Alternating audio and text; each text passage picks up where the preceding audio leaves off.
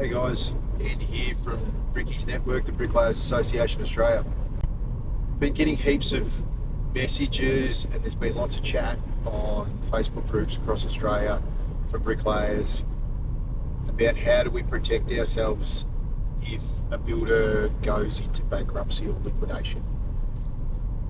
And also, builders are a bit slower with their payments at the moment, and if the builder hasn't paid on time, how do you go about charging interest on the money that you're owed? It can be pretty complex, and it's not something that you really get a clear idea of what you need to do just by Googling or putting a little note at the bottom of your invoice to say that you need to be paid in 7 days. You really need to have your clear terms and conditions that you attach with your quote, which is turned into a contract at the start of the job, not at the end. But we tend to just do work for guys on a handshake agreement, or we've given them a price and that may be in a quote and it's been agreed to, and we start the job and hope we get paid at the end in a lot of senses and just trust that we're going to get paid.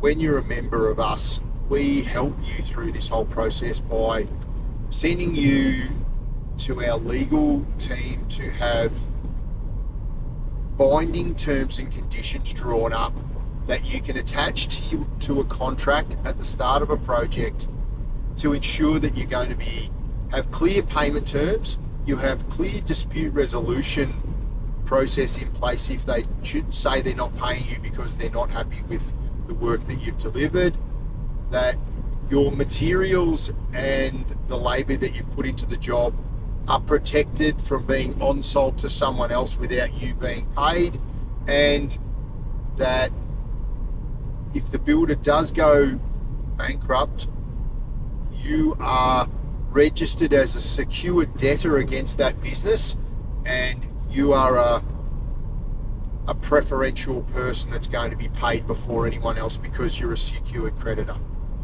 So, and these documents, they're pretty full on, but you need to have them signed off on before you start the project. After you've started the job and once you've completed the job, you can't get the builder to agree to your terms and conditions and have a discussion about how you're going to be paid.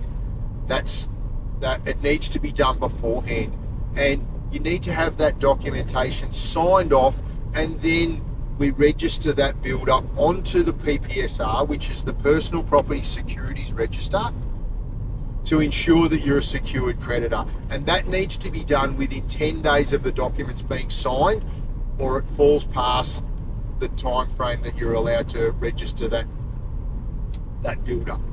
So there's a fair bit involved just in that documentation and the process to make sure that you're a secured creditor.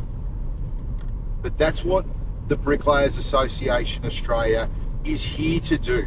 It's there to develop you as a business owner and assist you with this documentation, support you in putting that documentation into your business practice, and then sending it back to us, and we support you by getting it registered, and therefore we're protecting your business for you to be able to trade into the future and minimize the chances of you not getting paid. That's the big thing. And it's so much easier to pursue a debt when you have this paperwork in place. But with you being a secured creditor, you're guaranteed to get your legal percentage of what's in the business equity of the business that goes broke, and you've already followed some very clear steps to be able to get your money. So this is a bit of a difficult process, but once you have that documentation in place, it just gives you so much peace of mind that you have aligned yourself with credible clients that are going to pay you. Because if you're about to start to work with a new builder and the builder says, I don't want to sign those terms and conditions, That's a pretty good indication that maybe this builder isn't a good builder to be working for. What does he know about his financial stability that you don't? So they're very, very important pieces of document to put into your business practices.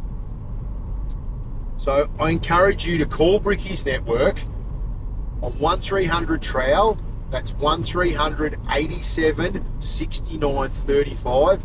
Have a chat with me about getting this documentation into your business to make sure that you're protected. Also, I want to be able to get feedback from every bricklayer around Australia on what's happening for them in their region. The association is here to protect every bricklayer across Australia, but unless we're being given feedback from bricklayers, we don't know what's going on, and we can't go out and advocate and fight for justice for you as a bricklaying business and an individual bricklayer if we don't know what's happening for you. So please reach out to me and we can have a chat about what's going on.